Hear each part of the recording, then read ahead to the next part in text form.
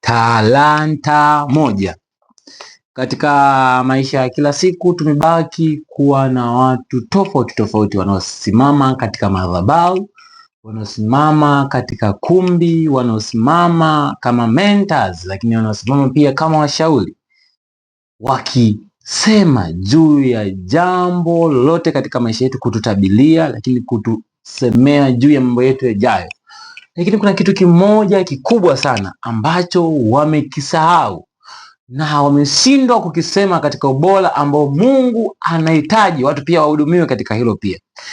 Ninataka uelewe jambo hili kwa wakati huu, lakini kwa wasaa mwingine utakuwa na wasaa mzuri sana wa kujielewa wewe ni nani baada ya kujua wewe ni nani. Utakuwa na wasaa wa kujielewa baada ya kujua wewe ni nani.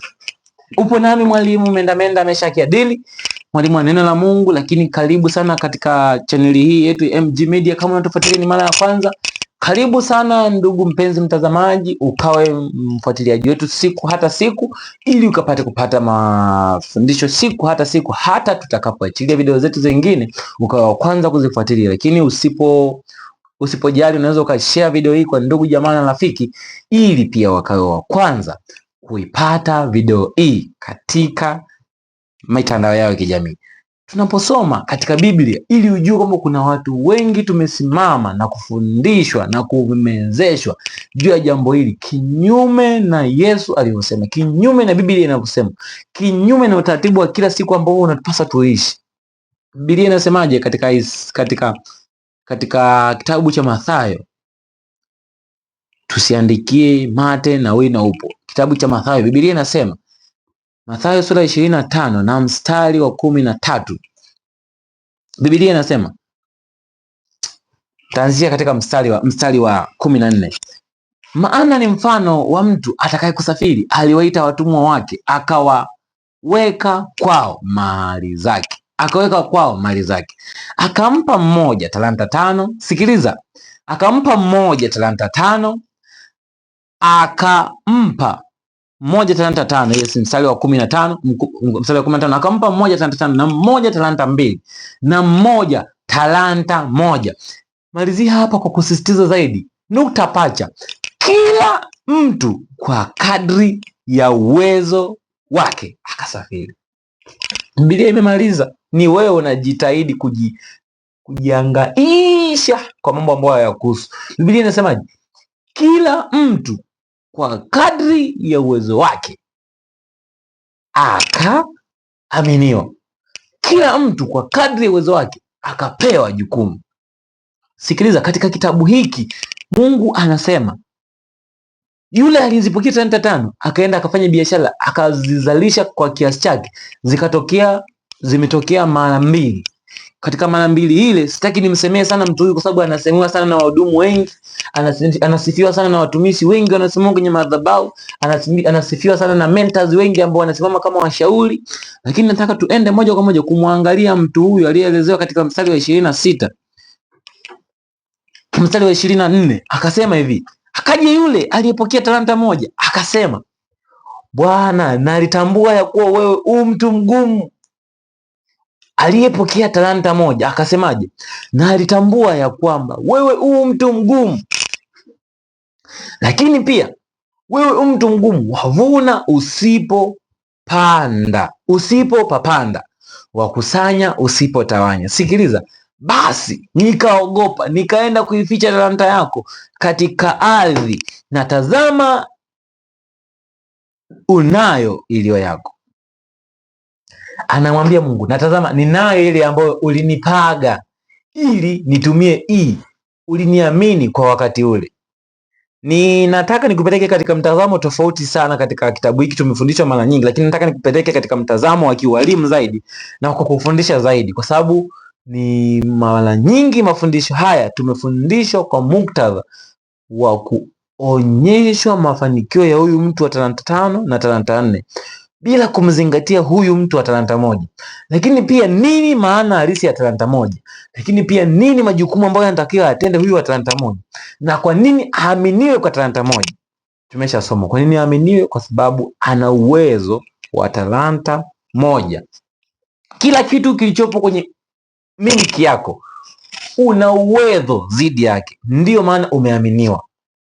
Kila kitu unachokimiliki una uwezo dhidi yake, ndio maana umeaminiwa. Sasa kuna watu ninawachanganya hapa, yani hata vitu wanavyomiliki ni out of their ability, bado hawana uhakika na hivyo vitu, kwa sababu ni out of their purpose, out of their destiny, out of their assignment. Wanapoteza muda katika vitu hivi, lakini nataka nisiende huko sana nikamsemee huyu mtu mmoja, kwa sababu nimesema wengi tunafundishwa kwa mtazamo tofauti, lakini mtazamo wangu wa siku hii ya leo ni kwamba katika dunia wapo pia watu walioitwa kwa ajili ya mambo madogo. Katika dunia wapo pia watu walioitwa kwa ajili ya mambo madogo. Yaani wapo watu ambao wameitwa kwa ajili ya mitatu. Bila huyu mtaa huu hautaendelea. Lakini tumechanganywa na watumishi madhabahuni, tumechanganywa na watu wengi katika mentors wetu tulionao. Sijui umeitwa kwa ajili ya ulimwengu, unapambana ufikie ulimwengu. Utaufikia ulimwengu, utakufa wewe. Utaufikia ulimwengu umeitwa kwa ajili ya kijiji. Utaufikia ulimwengu umeitwa kwa ajili ya kaeneo tu uliko nao. Utaufikia ulimwengu umeitwa kwa ajili ya mkoa mmoja. Utapambana ufikie ulimwengu kama Biblia inavyosema umeitwa kwa ajili ya ulimwengu. Sio kwa kujibiridisha, lakini Mungu amekuaminisha uwezo, na huo uwezo aliokupa kwa ajili ya eneo husika ambalo wanauhitaji na kitu hicho ulichokibeba. Kwa sababu wewe ni mtu kutoka mbinguni na hicho kitu ulichokibeba kimetoka mbinguni. Kwa ili ukiachilie, inahitajika eneo ulilotumwa ukakiachilie kutoka mbinguni, ndipo ukakiachilie. Kumbe tumepaswa kujua kitu hiki kikubwa ambacho kimefichika sana katika ulimwengu wa mwili, kwamba kuna watu pia wameitwa kwa ajili ya mambo madogo.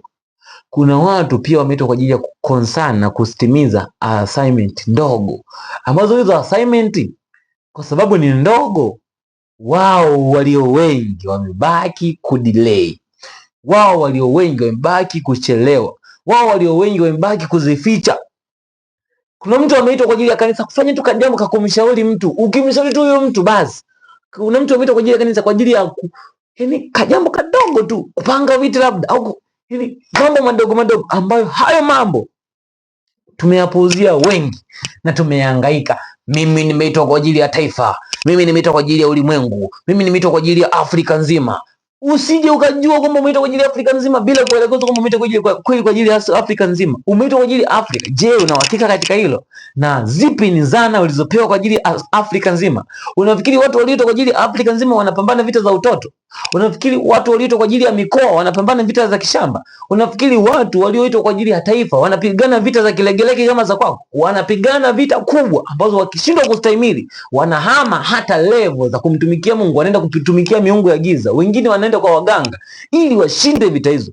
Lakini wewe ambaye unajidai nimeitwa kwa ajili ya ulimwengu, nimeitwa si kwa ajili ya taifa, nimeitwa ni kufikia ulimwengu, utatoka nje ndatoka nje ya mipaka ya mkoa wangu, ndatoka nje ya mipaka ya taifa langu, out of your purpose.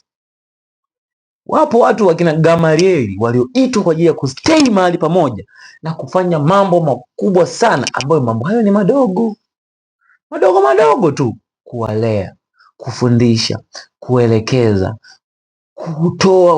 kutoa. Katika hali ya kawaida ukielewa jambo hili litakusaidia, kwa sababu hatuishi ili tuishi, lakini tunaishi ili tulitimize kusudi la Mungu. Hatusomi ili tufaulu, tunasoma ili katika elimu zetu tulitimize kusudi la Mungu. Tunapata utumishi katika makanisa yetu sio kwa sababu zetu, lakini kwa sababu ya kuufaidisha ufalme wa Mungu.